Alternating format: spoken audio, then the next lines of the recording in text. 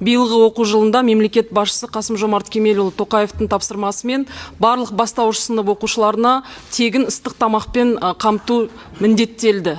Бүгінгі таңда бұл қоғам тарапынан өте жоғары қолдау тапқан жоба болды. Өйткені 1,5 миллион бүлдіршіндеріміз қазіргі таңда ыстық тамақпен қамтылып жатыр. Оның болашақта да өзектілігі жоғары. Бірақ аталған тапсырманың орындалуына қатысты сайлаушылар тарапынан әлі күнге дейін сын өте көп. Солардың ең негізгісіне тоқталып, сіздерге сұрақ қойғымыз келеді. Бірінші, бүгінгі таңда 800-ден астам мектепте асхана мүлдем жоқ.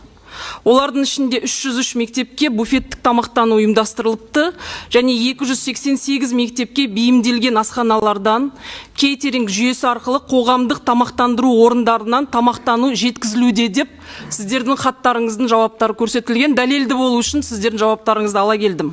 Осы жерде бірінші сұрақ: қоғамдық тамақтану орындарынан жеткізілетін мектептегі тамақтанудың сапасына кім қадағалайды, және егер төтенше жағдай орын алса, кім жауап береді?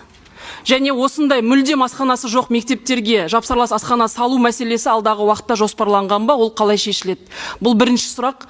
Екінші сұрақ: бүгінгі таңдағы баға жалпы әрқалай болып тұр. 400 теңгеден 1,5 теңгеге дейінгі аралықта бағаның айырмашылығы бар.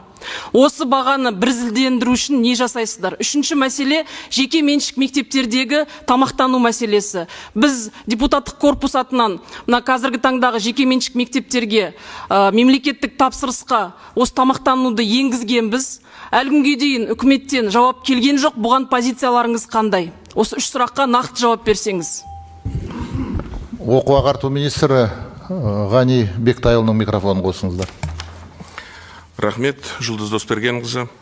Бірінші, жалпы бұған дейін былтыр 1 мен 4 сыныптың арасындағы оқушылардың тегін тамақтануы тек қана 8 өңірде 600 мың оқушыны қамтыса, биыл 1,6 миллион оқушыны қамтып отыр. Асханадағы тамақтың сапасының арттыруына қатысты бұған дейінде тиісті бұйрықтар қабылданған. Биыл сол бұйрықтарға бұл министрліктің 598 бұйрығы және денсаулық министрлігінің 503 бұйрығына тиісті өзгерістер енгізілді. Бүгінгі күні сол бұйрықтардағы көрсетілген талаптардың қатаң орындалу бағытында мониторинг тобы құрылып, бүкіл аймақтарда тексеру жұмыстары жүргізіліп отыр. Оның нәтижесі жуық арада талқыланып, тиісті шаралар қабылданатын болады. Мына асханасы жоқ мектептерге байланысты негізгі біздің мәліметіміз бойынша аймақтардың беріп отырған 591 мектепте асхана жоқ. Осы асханалардың барлығының ыстық тамақпен қамту бағытында буфеттік және кейтеринг бағытында тамақтар ұйымдастырылуда. Ол денсаулық сақтау министрлігінің де бұйрықтарына енгізілген. Бұл нормалар бірлесіп бұл жұмысты атқарғанбыз. Дей тұрғанменен бұл мектептердегі асханалардың соғылуына байланысты барлық өңірлерге тиісті жол картасын қабылдау тұрғысынан ұсыныс берілді. Ол бағытта қазір жұмыстар жүргізілуде. Бұл жерде кейбір мектептерде бүгінгі біз көріп отырған көбіне шағын жинақты мектептер болып отыр. Олардың жаңағы балалар санының аздығына байланысты. Сондықтан бұл мәселеге жіті зерттеулер жүргізіп, тиісті шаралар қабылданатын болады. Ал тамақтың бағасына келетін болсақ, бүгінгі күні ең жоғарғы баға 840 теңге бұл Алматы қаласында, 750 теңге Ақмола. Ең төменгі қаржы бұл 480 теңге Қарағанды облысында, орта есеппен республикада 579 теңгені құрайды. Бұл бағытта да тиісті жұмыстар атқарылуда. Рахмет.